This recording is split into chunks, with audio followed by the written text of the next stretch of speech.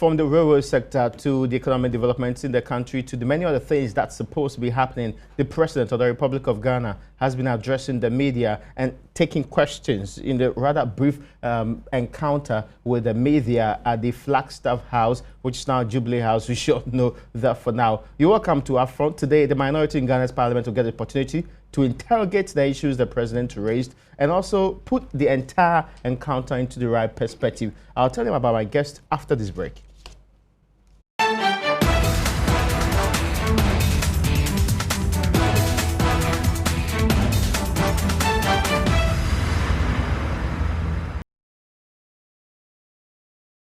You're welcome back to Upfront. My name is Raymond Alqua. So the President of the Republic of Ghana has been putting in perspective the period that he's been in office and the entire year. You do recall that this is his third Meet the Press or Meet the Media encounter. Now, the rather brief session had the President delivering a speech and the rest of them were questions from a section of the media. It ended in ways that some media professionals have actually started raising questions about the duration of it and how it was organized. But we'll do an assessment with the minority in Ghana's parliament. My guest today is the man that speaks for them. The Honorable A.B. Fuseini, you're welcome. Thank you very much. I hope you're doing well. By God's grace, you know, in these difficult times, you can only say you manage.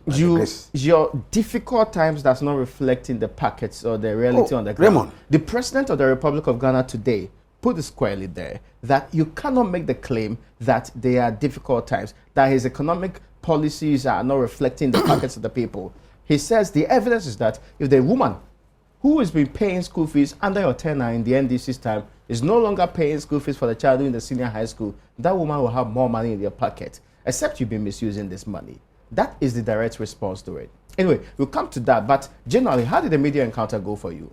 Raymond, it's always good. Let me say good evening to all your viewers, your good selves and to your technical people, and to the good people of the South Narrow constituency, Northern region as a whole. Raymond, it's always good when wielders of political power endeavor to interact with the good people of this country, from whom they derive the mandate. Okay. So for me, it's a very good exercise that has come a very long way. I'm sure you can bear with me that it's not just today. It's been a long way coming. Since the beginning of our Fourth Republic, we've had those exercises to empower presidents and leaders to meet with the people. It's very good. And I'm sure it's continuation and perfection. It would do our democracy and our governance a little better. And today I want to also commend my colleague, Member of Parliament and Minister for Information, Kojo Nkrumah, for trying to organize a very difficult... This is his first one, actually. Yes, a very difficult media press. And for me, you see, it is not about the competence that you bring, but how the political establishment wants to handle it. Okay. And for me, this was one of the manners. Look, Raymond, this is an opportunity you have maybe once in a year, or at most twice a year. You must give it your best shot. So first and foremost, the time that you allocate to it must not just be that, oh, I just want to do it and get rid of it. Okay? The Gombes call it Bamukaronguma. I don't want to give you something, you pester me, I just find something to and take you off my back. It should be seen as a crucial national exercise that will not only sell the president his ability to demonstrate that he's on top of issues, but also to have an opportunity to let the good people of this country get information that otherwise they would never have had. Okay. So it's a very important platform. So Raymond, even if you have to devote 3 hours to it, it's a very important exercise. Okay, you have followed the duration. Yes. I'm saying that in the maybe not the extreme, but in the maximum, if you want to look at it, 3 hours or 2.5 hours should be fine, so that you can afford the media. You see, is the problem the number of hours? I'm just coming. Okay. I'm coming to that, Raymond. It's first and foremost, the duration is a problem. It's a problem. At least it should be sufficient enough for journalists to pose questions. I mean, you could see many of the journalists, the questions even they wanted to ask, they couldn't find the space within which to actually articulate themselves so well, because we are so constrained. Look, ask the question quickly and go. The atmosphere is already a bit intimidating. Okay? Even though I'm not saying that somebody was there to intimidate anybody, but I get your point. I'm saying that. So open up the space allow for some sufficient time. And Raymond, this is the day for the media. It's not a day for speech making. The president took more than 30 minutes to do introductory remarks. Introductory remarks of that length for a 1.5 hour program or so. You have already eaten into the bulk of the time that you should have allowed the media, because this is the day for the media. Let the media ask you questions.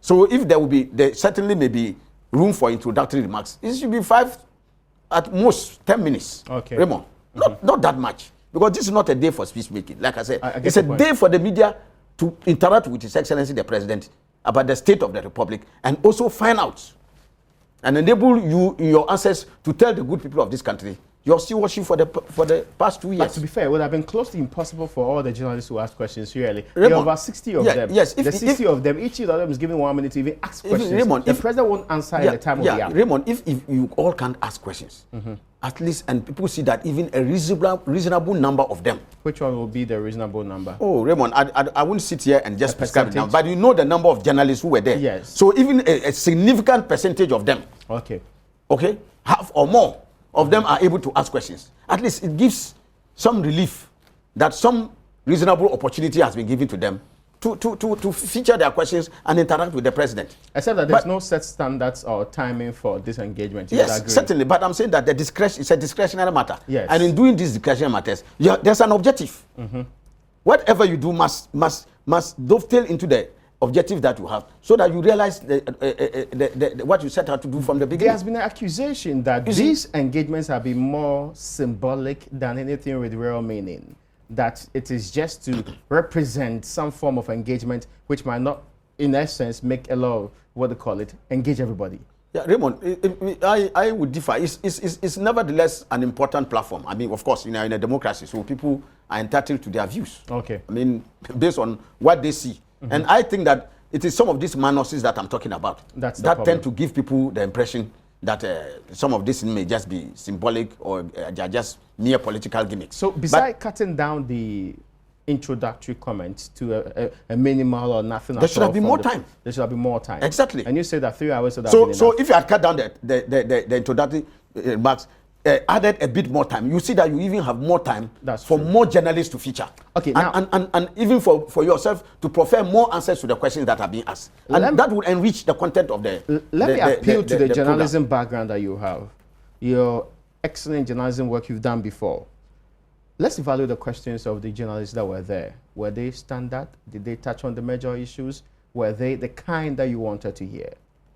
Let me be honest, because Raymond, you had to summon me to come here. I get because you. Of so I honestly couldn't get all the. Yeah, but the questions were not as many as you were supposed to be. There were some questions regarding, for instance, issues related to the ratings of the IMF. Yes. Issues about government's promises and the extent to which those promises have been fulfilled or not fulfilled. Some of them were really, I think the questions were up to standard. But there were some who just, honestly, like, Mr. President, can you do an assessment of yourself? How do you expect the president to rate himself? Okay. I mean, these are a question like that more or less could be seen as self-serving. Okay. You understand me? So I think that on the balance, some of our colleagues did try to make some very reasonable and thought-provoking questions that would bring out some important issues of concern to the good people of this country. But like it has always been, some would just be below the belt. We'll pick up some of these questions and we will look at them. But generally, the conduct of the president, the comportment, the delivery of the president, how was it? Raymond, I like I said, one of the aims of this forum, one of the objectives of this dialogue process, I believe without doubt, and the handlers of the president may speak to that, would be to get the president to come across as somebody who is on top of his, who is in control of his government. Okay. Okay. So you would find ideally almost all. There will be a few occasions when he would have to bring in his his ministers and other lieutenants and appointees to feature. But I thought it was one too many. And I thought that one too many? Yes, and I thought it should have been an issue to demonstrate in clear language that he was on top of the issues of his government. Okay, but some of the questions clearly required a ministry point of view on that. Reports that is why I'm saying that ministries, I think I alluded to the fact that once in a while you may allow for the specificity. If you want to give even details, okay, you may get a minister or a sector minister to come and provide it. Like the question that was asked about the health facility. The person who came to Ghana with a delegation to come do this health work, including the drones and others that was asked. You know, on the specific issue, you may require the minister to come and shed some more light. Okay. I think that aspect is acceptable. But there will be others where obviously you may need to demonstrate that you have the best eye view of your government and you are on top of the issues. And those answers may suffice without necessarily bringing in somebody to interject. Because even all those interjections, like I say, Raymond, they constitute time-consuming measures and feed into the ability of others to get more time to feature questions for you to answer. And also take away that, on this particular, the president seems to have had no clue. He has to bring his minister in again to come and say something before, but not details. Okay. Like I said, you can bring a minister in to provide details on some of the issues that have been raised. But for the understanding of the general issues germane to the subject that have been raised, I believe that you should be able to demonstrate in clear language that you are on top of it. Now, let me ask this question that's also very important to many who watch this and think some of these things are meant to entrench our democracy. Now, there is the belief that at least the requirement for such engagements really will be that the journalists have more time to ask their questions. There is upfront response to some of the questions.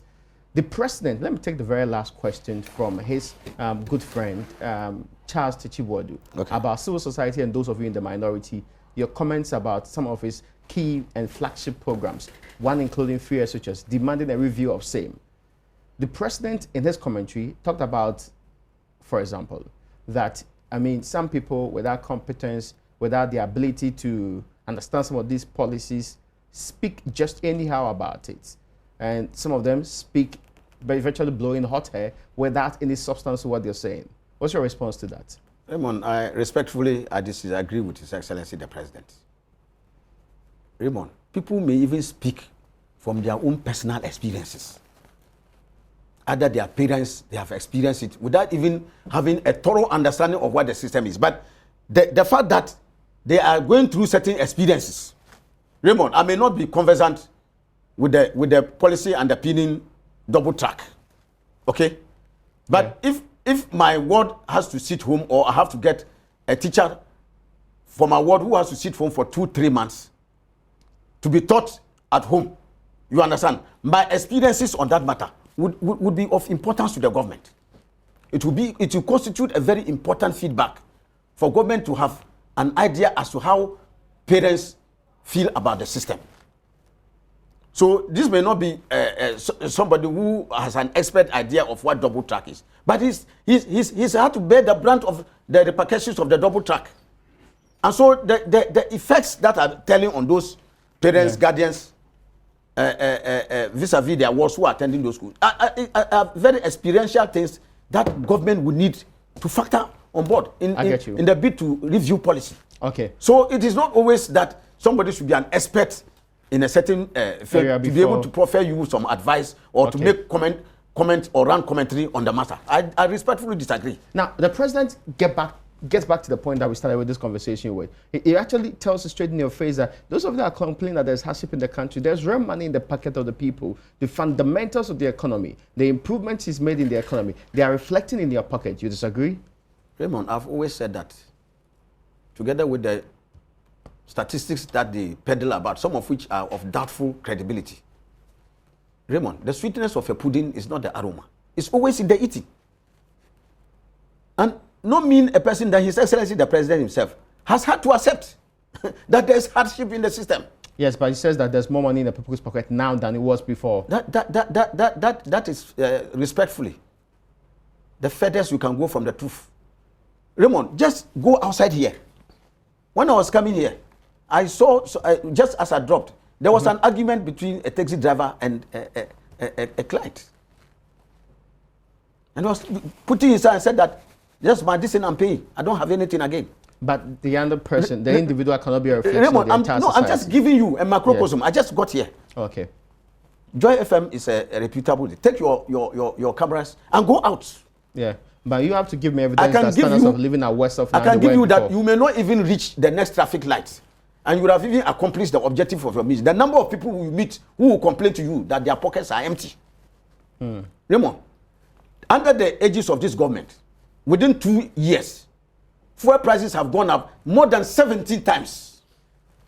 Okay, this also come down. This was a party, and let's acknowledge it's also come down a few occasions. More recently, you've seen some changes in there. You once in a while you can get some very cosmetic reductions. That's cosmetic. Yes, the rises have been more than the reductions that have come. Just go and do the check, okay?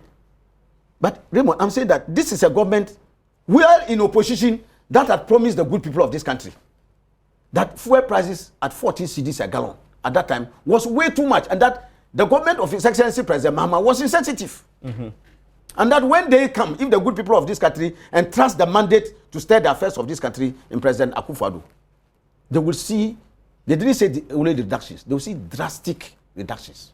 Raymond, those were their words, drastic reductions. Now you come, within a space of 2 years, fuel prices, like I said, goes up 17 times, from about 14 cedis a gallon to almost getting to 26 cedis a gallon. Under your watch, where taxi drivers, trotro drivers, other operators of private transport, Raymond, who joined you and formed an organization called Drivers for Change. Okay. Today have their businesses ruined. Most of them today are rendered almost destitute because their jobs have collapsed. They cannot even buy fuel to operate the transport that they used to get even under President Mahama, money to put in their pocket. So Raymond, today, most of their pockets, if they are even still there, are ridden with holes. There's nothing in it. Nothing in their pockets. Because they have had to take everything out in order to even afford fuel. And Raymond, go talk to taxi drivers, talk to trotro drivers. They will tell you their own story. And it is not about anybody. That's why I'm saying that when they... But these people, they have kids, right? When the landlord is there to tell you the eloquent story of his house, you don't ask the caretaker for confirmation. Just go and talk to the drivers. Talk to all of them. The drivers, they have kids who are in secondary schools. They used to pay 1,000 Ghana cedi for these kids. They are not paying their amount again. Raymond, yes. I will be the first to admit that, look, if you were paying some fees and government has absorbed them, it's a positive contribution. Yes. But Raymond, how many? That's the first place. How many? Yes. There are over 400,000 Raymond, I'm just asking you a question today. Those who are in third year... They belong to households. Those who are in third year in senior high schools, they are paying fees. Their parents are paying fees. Are they part of the free SHS program?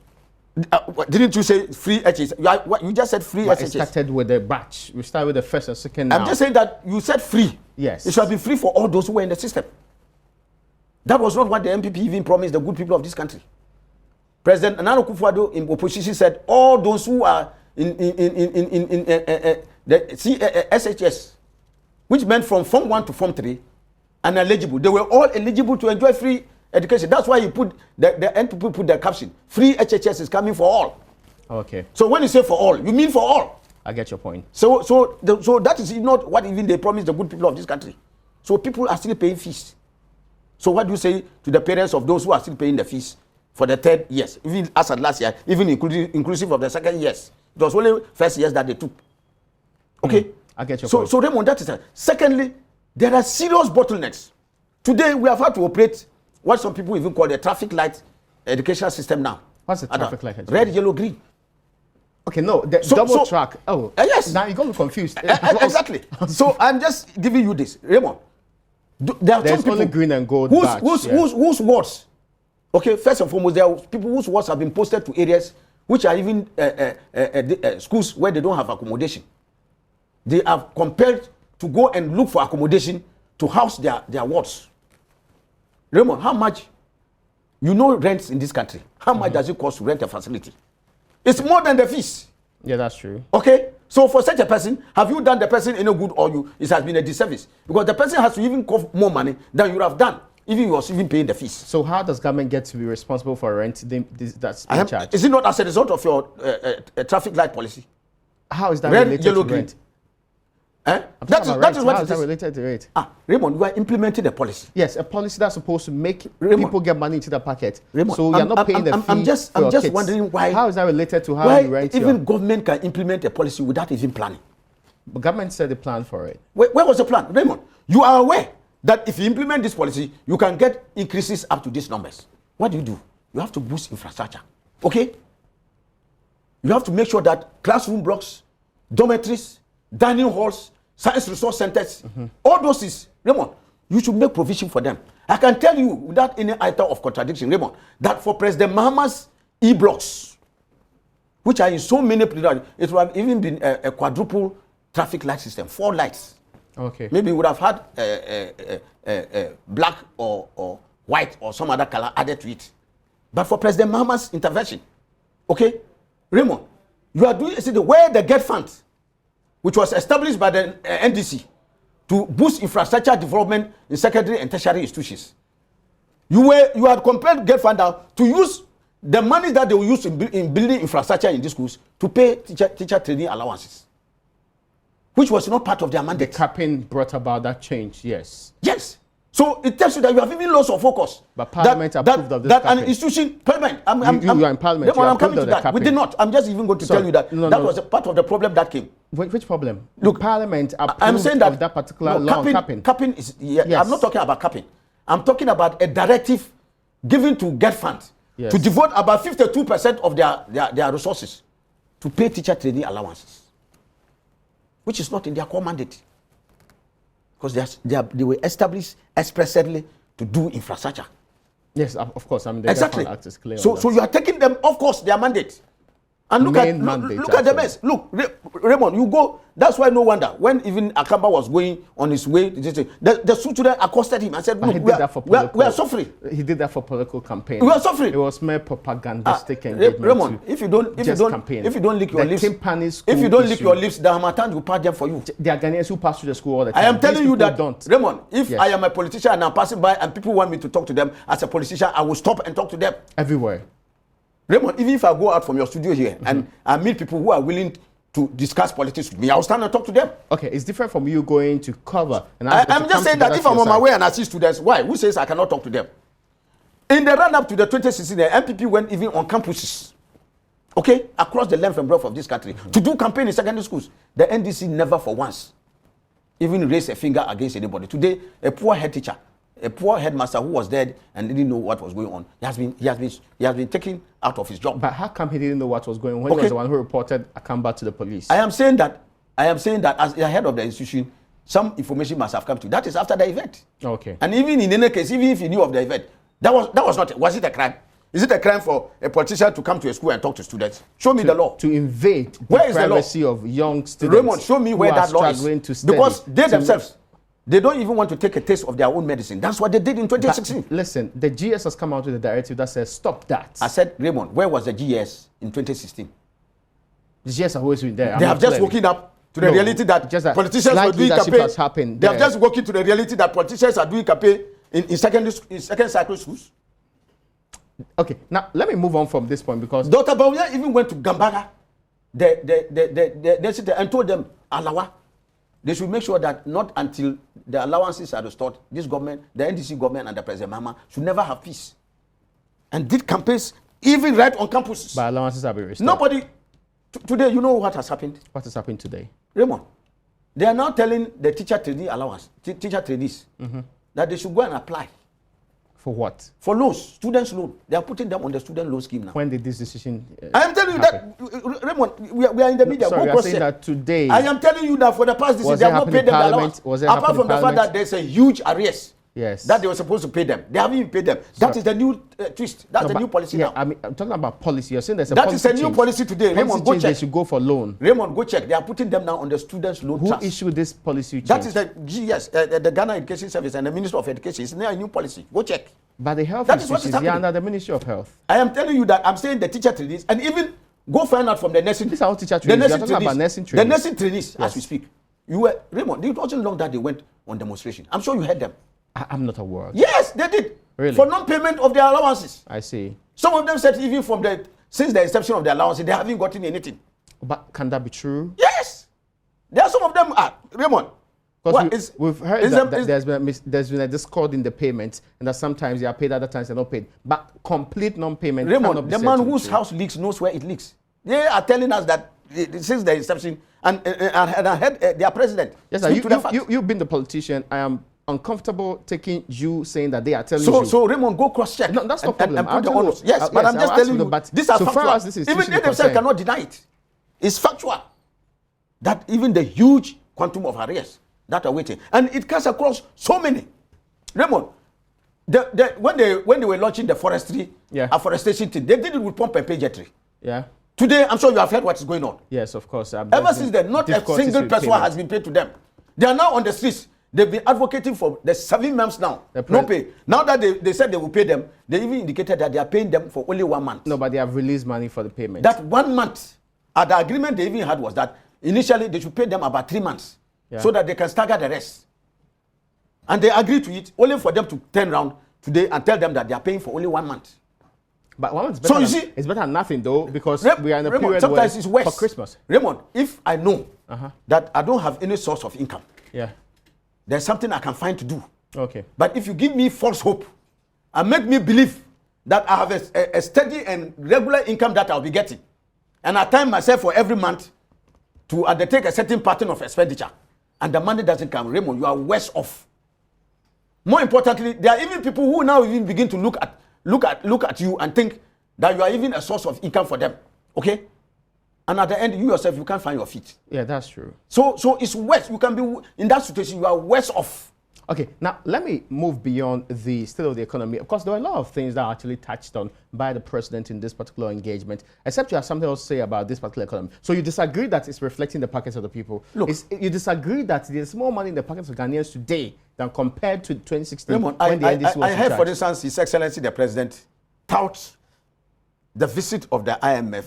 Yes, the IMF chief to Ghana. Yes, Christine as a huge endorsement and a vote of confidence in the economy of Ghana. You heard her comments. Yes. Her comments were pretty clear about the economy, about how far government has come when it comes to implementing the major policies of the state. You see, the president's statement on this is akin to a very devout Muslim.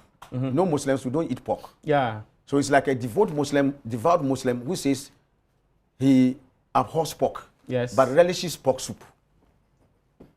Okay, so it's the same thing, right? You hate pork, but you enjoy pork soup. How is the two connected? You see, that's what I'm saying. Look, this is a government that says that the IMF and its programs are so bad that we are in a hurry to get out of it. Yeah. We don't want to have anything to do with IMF. IMF is a contaminated institution. Yes, but... And yet the head of that institution, you call this in comes, and he says that he's praising you, and you are in a hurry to take the praise of the person. Yeah, but... It's incredible. To be fair, the two can be separated, The logic doesn't add up. No, the two can be separated. There's a history of IMF praising and not praising Ghana. I am saying, and even it was one of the questions, even some of the people at that yes. When the IMF in 2007, the president, in 2008, they changed their minds along the line. Yes, it's praising you, look carefully. Okay, I even heard one of the reporters' questions today. Yeah, I get your that point. you are on your way out. Yeah, that's true. And inshallah, that will come to pass in the December elections. You're saying that the IMF will change their minds about this economy? No, I'm not saying, but I'm saying that ultimately, Raymond, if somebody came and gave you all the glory statistics, that's what I call them. But mindful of the fact that... Listen to the statistics. Yes.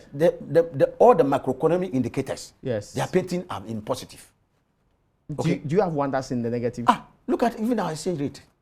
Yes, the president said not to mention that. The president did not add that anyway. Did you see that? No, he didn't mention the exchange rate, conveniently. Why not the exchange rate? But the cabinet has every right to... No, see... Today, many businesses, including Abosoka people who contributed 2.5 billion cedis, they said it. I didn't bring this figure. Okay. To help him in his campaign. Today, he has collapsed all their businesses. They say that even charges at the port and others, they are brought goods that they can't even clear the goods. But there's an admission by the president because even the CD dollar rate. There's an admission by the president, and something you should acknowledge, that the charges are exorbitant and government is working at it. Yes, because part of it also is part of the collapse of the CD. vis-a-vis the dollar. Cedi has not collapsed. Oh, Raymond. The average, let's be clear, interbank exchange rates, even the rates of depreciation Raymond, has not been as bad as before. How many Ghanaians go to the interbank to purchase foreign currency? People do big Even businesses. the chairman of my committee, who I respect very much, Honorable Kennedy Japan, speaks his mind.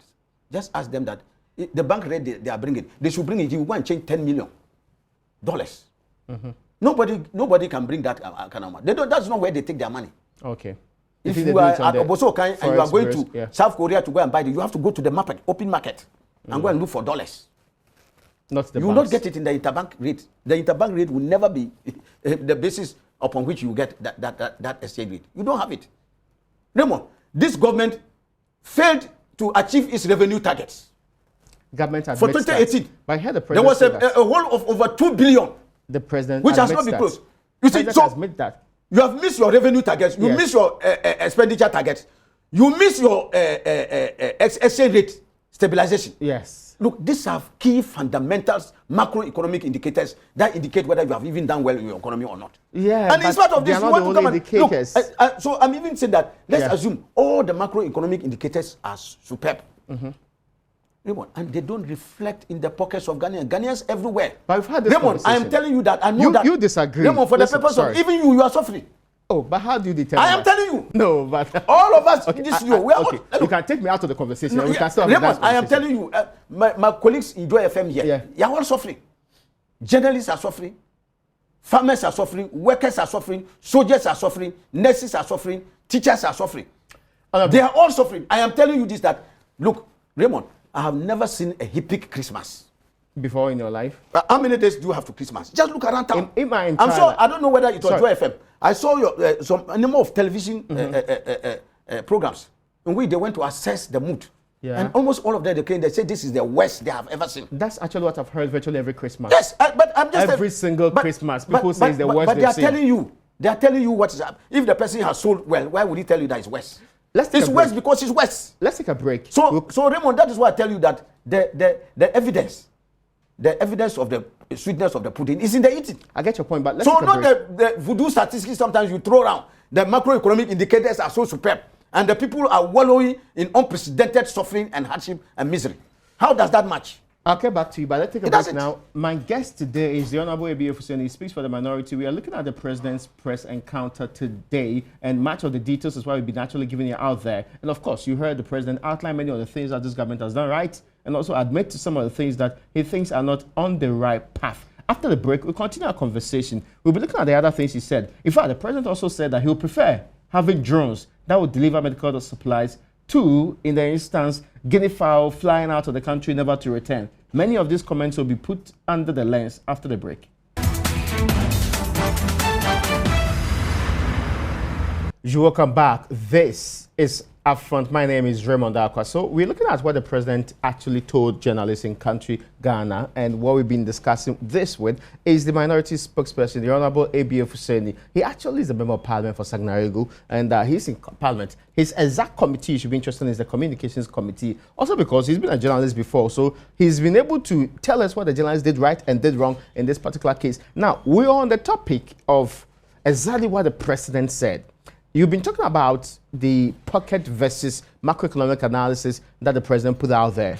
There's also an interesting dynamic that he put out there, which was supposed to go at you, your government. You remember the former President Mahama, some time ago, when he picked up his form, did a delivery, and he spoke about the drone delivery project.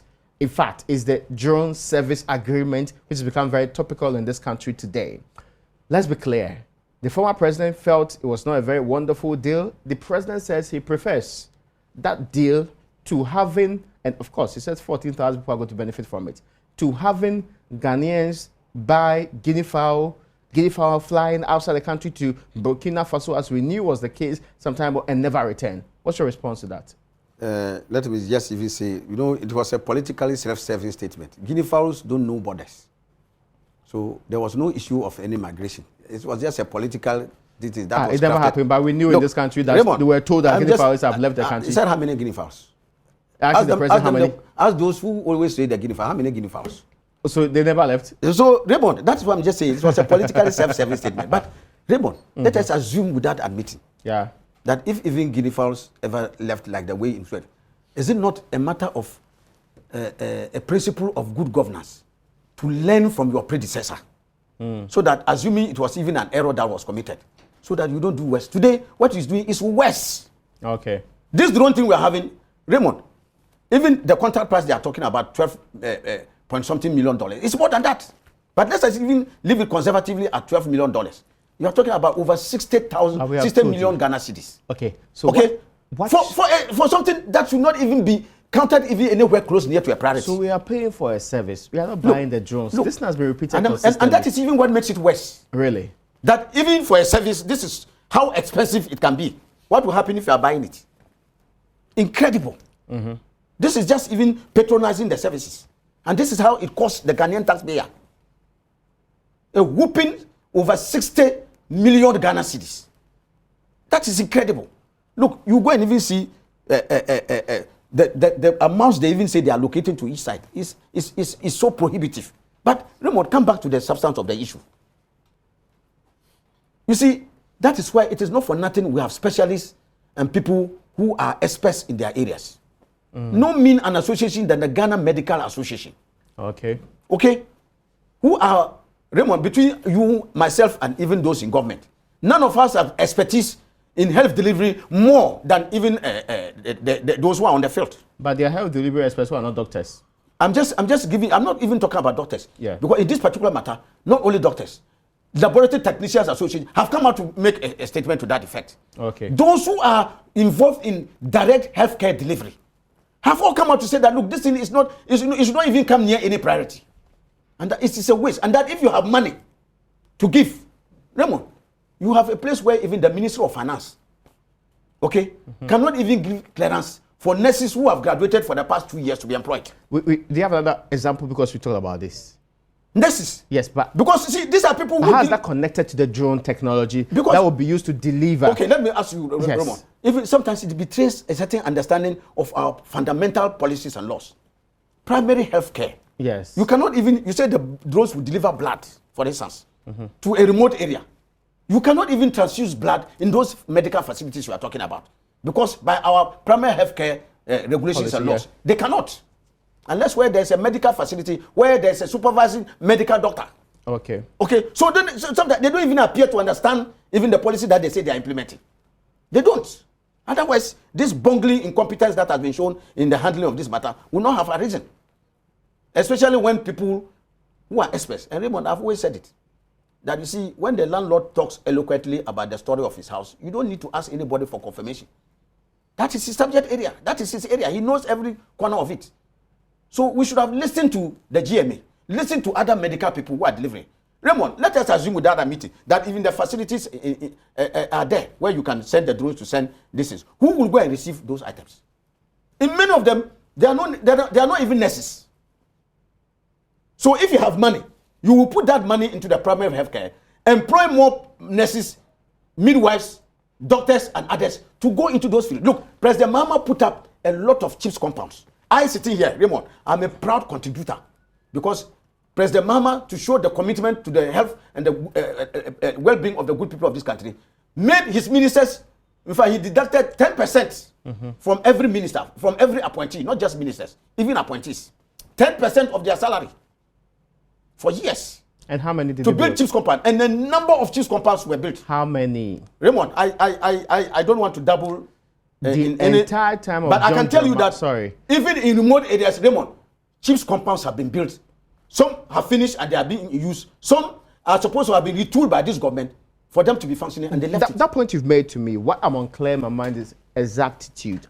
How many was built? That's what I'm saying, that off the top of my head now, I can't say, but we are talking of scores of CHIPS compounds across the length and breadth of the country. Yes, scores means hundreds of them in this case. Raymond, I want to be clear in my mind. I want to be honest. How many were built? I don't want to peddle falsehood. So it's possible there will be less than 5. I don't have the figure here. It will be less than 5. Oh, possibly. No. I told you scores. Yes, but you said hundreds of them. A score is even 24. So it's even more than. So let's be clear. So you're saying that. Raymond, hold on. But you don't have evidence to I don't want you to pin me down to giving you a specific figure. But you can't make claims without but I'm telling you that. So let's take it. I said scores of them.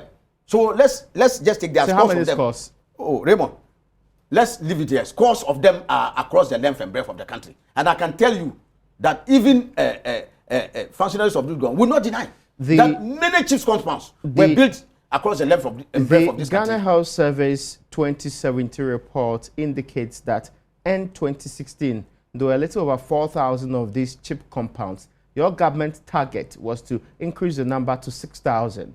You cannot make the claim that there were scores, like huge numbers were built in this case. It was 6,000. Yes. Okay. It was not 6,000. 4,000. Yes. 4,000. Yeah, you never met that 6,000 mark. Even up to 2016, President Mahama was able to build 4,000 chips compounds. No, chips compounds from the beginning of Ghana. When did they start building chips compounds? Chips compound from the beginning of Ghana up to 2016. They were not, from the beginning, we were not building chips compounds. No, I'm saying so, that. So, Raymond, all chips compounds by all governments have been up to... When did the idea of building chips compounds start? They didn't start from independence. No, hold on.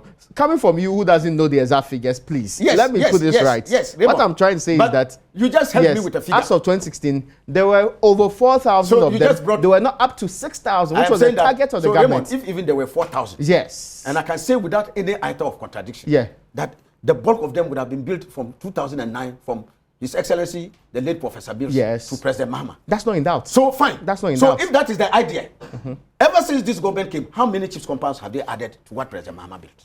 So that's what you're interested in now? Oh, Raymond. Because your claim was about... Government is not only a continuum, yes, but something that is in the supreme interest, healthcare. Okay, Raymond, you must have heard before you can chew corn. If you are not healthy, you can't work to generate wealth for the country. I get your point. It's a healthy population. So the health needs of the people is fundamental. I get your point. So government that comes and says that it's committed to delivering primary health care. Where is primary health care? Anyway. It's at the doorsteps of the rural people. Go there. How many chips compounds have they built? I can't recount one. Where have they built? So because they've not built chip compounds, they can't do delivery of what is essential medicine. So I'm saying that drones. They have not done that. They have not employed nurses, midwives, doctors who would go and mine and bring primary health care, bring health care to the doorsteps of the people in the rural areas. They have not done that. This government says they have not retooled those. They have not equipped those. Relax. This government says it has actually cleared over 3,000 nurses to be employed. Do you know that? Cleared. Yes, but they go through financial clearance before employment. People are not interested in these bogus terminologies. Oh, really? But that's the process. That's why I said from the beginning that the sweetness of the pudding is not the aroma. The aroma can go around the room. The reality will tell you whether the pudding is palatable or not. Okay, I get your point. So I'm telling you that people are not interested in terminologies and jargons they use. I see. In the process of clearing or clearing. They are not interested in clearing. They want jobs. Give them jobs. Don't tell them you are clearing. Now, related to this drill system is... So if you have money, and we are talking about 60 million Ghana cedis over. We don't have the money. We are asking civil societies and they even private companies. GMPC is putting in some amount of money. State and money. Also, hold on. GMPC is not a private entity. I know that. It's a state I'm saying that that's it's money from state money, right? Yes. I agree with you. Yes. But it's not budgeted amount of money to the Ministry of Health. It doesn't need to be budgeted. It simply just needs, government just needs to have access to it and ensure that they devote it to those purposes for which we are talking. Okay, so you are completely opposite this drone thinking. Look, you see, the president believes that it's an anti-development thinking of the NDC. It is the same thing that betrays the president's lack of priority. No. Look, it says you opposed the same thing they did to the GPS today has actually registered and verified 1.2. No. Raymond, you don't have the data. Look, even the details there's today. A lot of confusing data. Even sometimes when people originate addresses, it confuses them. How? Because it's not able to make distinctions sometimes even from the same compound. The details, you ask many of those people who use it. I know the problem is when they are flats. And this is the huge amount of money we are spending on this thing. Raymond, look, at a time when, Raymond, a colleague of mine, I can give you his listen and you get in contact with him. He's the member of parliament for Sola Tuna Kalba. Okay. Honorable Chiwete. His 80-year-old mother was admitted at the police hospital and there were no beds. They had to go and look for a plastic chair. He was admitted and he was being administered with medical attention, sitting in a chair. And you remember even this issue that came up at Kolebu and many other hospitals where plastic chair admission has become the norm rather than the exception. So if you have a country where even this fundamental right to a bed, where you can be admitted for medical care to be administered to you, is not even available, and you have a president devoting resources to the building of a cathedral. Okay? Which independent churches? But I thought you've been told that government is not going to pay for it. Raymond, the finance minister in the presentation of the 2019 budget. Yes. And it is there. Seed money. Seed money. Seed money is not money. But seed money is just small part of the entire It's not money. project. Not only is there money, it's money with a seed. No, I mean seed money says that the small part to start the entire thing. Raymond, if you had been money alone, it's money with a seed. That's double money. Okay, now let me this is the taxpayers' money. Go and quantify the land. That is prime land in perhaps up to $100 million. If you look at the same stretch of land, I get you. Now that is huge quantum of state resources. Let me come in with this. Raymond, I paid tribute to Apostle Onyina. Yes, Opoku. And that's the Pentecost. Am I yes, lying? On their own. Yeah. Okay. They say they are building a more than 15,000 capacity. Okay. Cathedral. That is the Pentecost church. The church have started raising money for it. So I've told you that it means that there's a capacity for churches to do that thing without government interference. Ghana is supposed to be a secular state.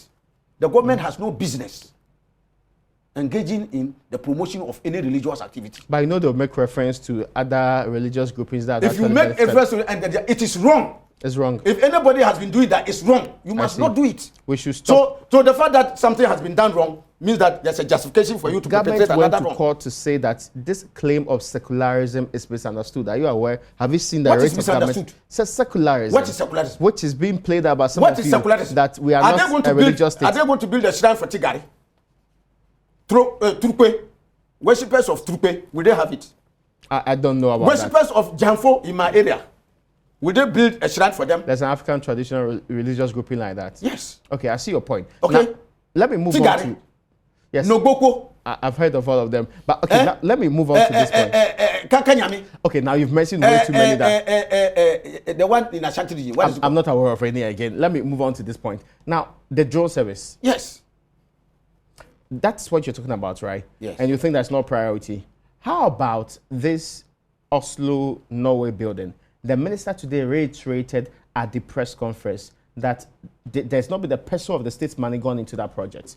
Not a peso. So the president said, we cannot allow the minority merely by raising concerns and calling it allegations with no iota or proof of evidence supporting same.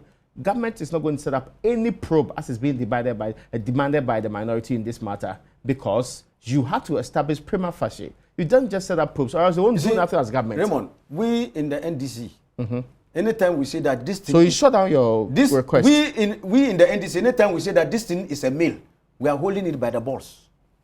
Really? Yes. And the evidence in the... That's the evidence of it being a mail. I want... Raymond. So is there receipts showing that we made payments? In a few minutes, you'll be convinced beyond doubt. But I have a few seconds actually, so I need you to run through it briefly. Raymond, there is no scintilla of doubt. And I find it very regrettable, because Honorable Ayokobuchi is one of the nicest on the other side of the divide. She's a very affable woman that many other people I get talk your point, about. but can we move to the point I'm saying where, that this is not about her. It is about the taxpayers' money fleecing this country. Raymond, this government, ever since this matter came up, and that is why I say the minority must be commended for saving Ghanaians almost $10 million of this transaction. So it never happened? It has happened. Raymond, the transaction happened? The clearest indication that this thing has happened beyond any doubt. Go and read paragraph 419, and it is God doesn't make mistake.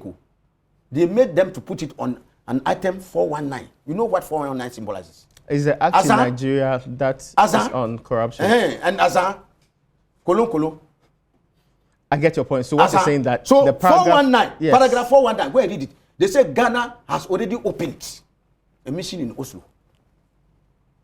419. Paragraph 419 of the 2019 budget. Mean, sorry. Raymond, when you say, if you have said you are about to open, you say you have already opened. What that means is that it is a functioning entity as we speak. So are you disappointed? So how can you be functioning in an entity, in a building and others that you claim you have not spent any money on? Are you disappointed? Two, Raymond, we provided graphic evidence. What's that? The picture of the building? Yes, and people were not the picture of the building. We went inside with interviews yesterday at the media encounter. I'm sure your representative would tell you. that we provided evidence of interviews with even the workers. Workers are not there. Beyond that, Raymond, there are officials that the foreign ministry itself has accepted working on that project in Oslo. The minister said we have state resources. The PESWA today. Raymond, we have documents from the Committee on Foreign Affairs indicating monies that the Ministry of Finance as at October this year had released. How much?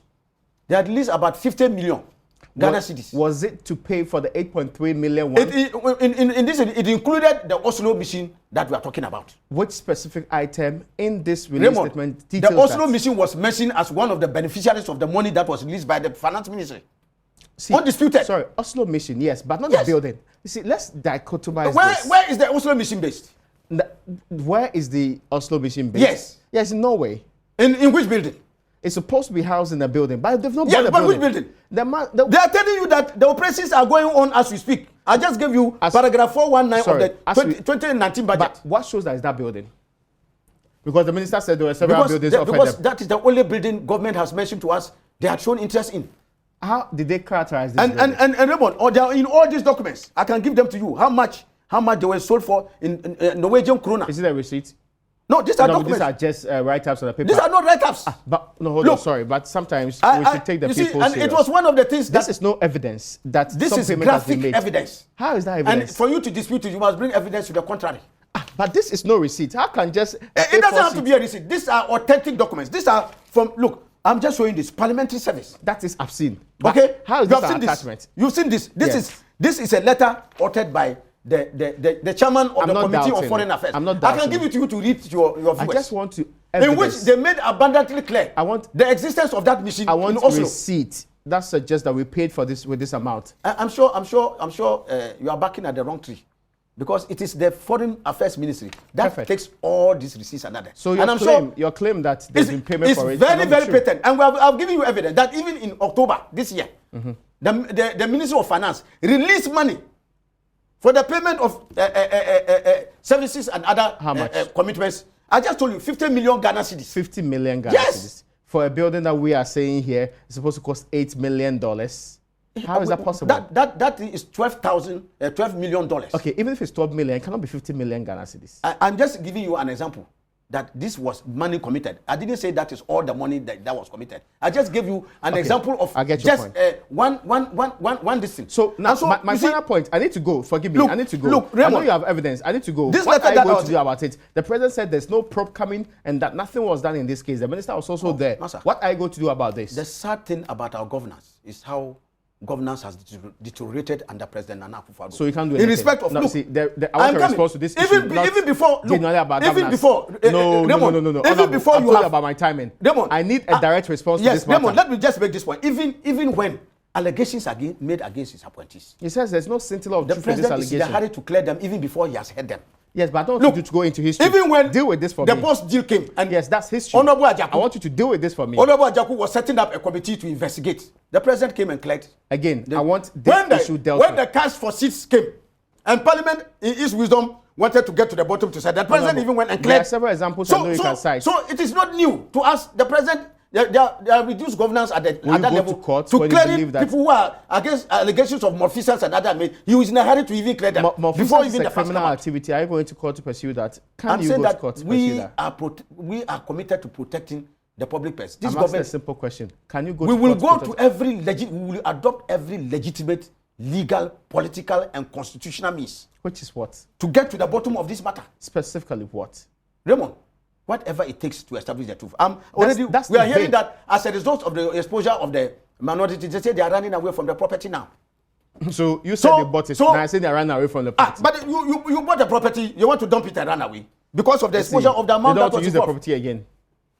We are looking, we are waiting, and we will make sure that we get to the bottom of this matter and that the taxpayer will never be shortchanged. We will continue to hold the feet of this government to the fire of accountability and make sure that the good people of this country will never be shortchanged. I'm grateful as usual. Many thanks to you for joining us today. Raymond, when we are talking about protecting the public purse, which this government claim they have come to do. Okay, forgive me, but my time is up. They should have been interested in joining us to see whether what we are saying it actually amounts to protecting the public purse and saving the taxpayers' money. When you're making rather than rubbishing rubbishing it and going ahead to go and look, this is a property that was only $3.5 million. Forgive me, that point has been made. $3.5 million. You are now selling it at $12.2 million.